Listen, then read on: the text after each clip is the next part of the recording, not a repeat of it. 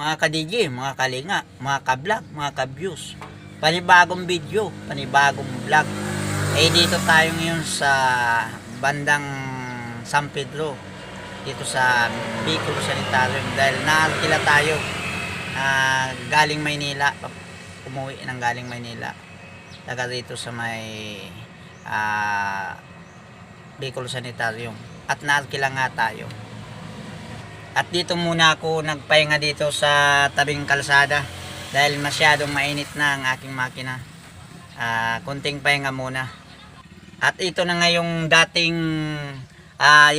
kalsadang maputik, maliit at mabato. Ngayon tingnan mo na, oh.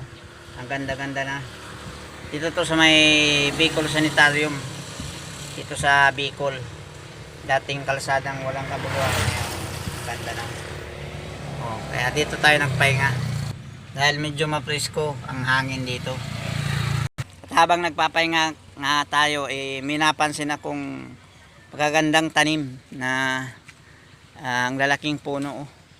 Alam niyo yan kung anong puno yan, oh. Ang lalaki at ang taba.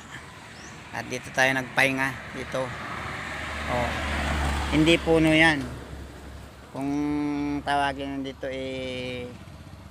kamuting kahoy, sa iba tawag, dito sa amin is balingoy.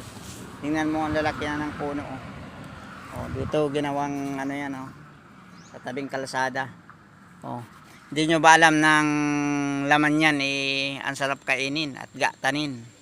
Yan ang ano ng kamuting kahoy. At lalo na yung ugbos nya, oh, ang tataas na. Ang sarap niyan ulamin. Ang sarap ulamin yan. Ang mga talbos balingoy na yan. Ang sarap ng gulay niyan.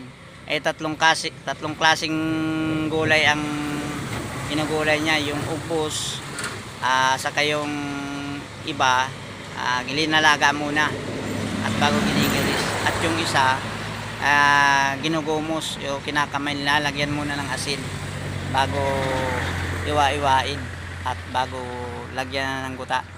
Pag nalagyan na ng guta, ang sarap niyang iulam niyan, lalo na kung merong bangot na tinapa o kaya yung baboy, yung laman. Ang sarap niyan iulam. At lalo na yung yung laman niyan, ang sarap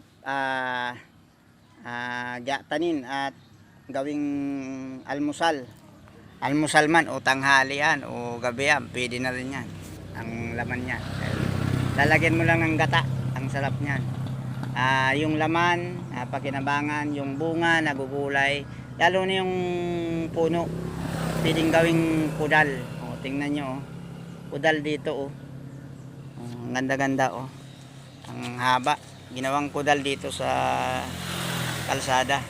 Kung makikita nyo, hanggang doon sa dulo, hanggang dulo yun, ang haba ng kudal na yan, ang kamuting kahoy, Napansin ko lang, kaya kinuha ng video at mag vlog na rin para malaman ng lahat na ang kamuting kahoy ay maraming napakinabangan. Yung gulay, yung laman, yung puno, pwedeng gawing kudal yun dito.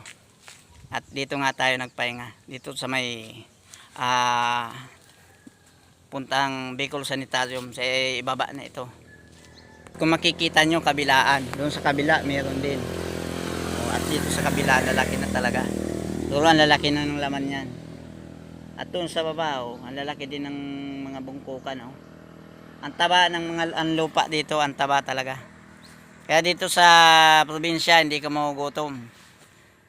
Kahit mga duma dito madami. Hindi tulad sa bayan, kung wala kang pera, wala, gutom ka. Kahit isang gulay mahal. Dito may asin ka lang at may bigas, okay na. Dito maraming gulay. Magtanim ka lang kahit sa mga tabing kalsada, di ka na bibili ng uulamin o hindi ka na problema. At napansin ko nga medyo mataas ito, ginawang dinampingan.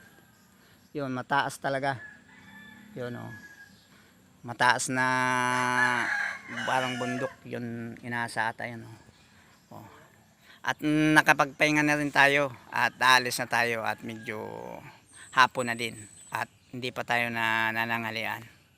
Hanggang dito lang muna ang ating video. Salamat sa panonood at sa mga bagong followers nga pala dyan at mga viewers. Salamat.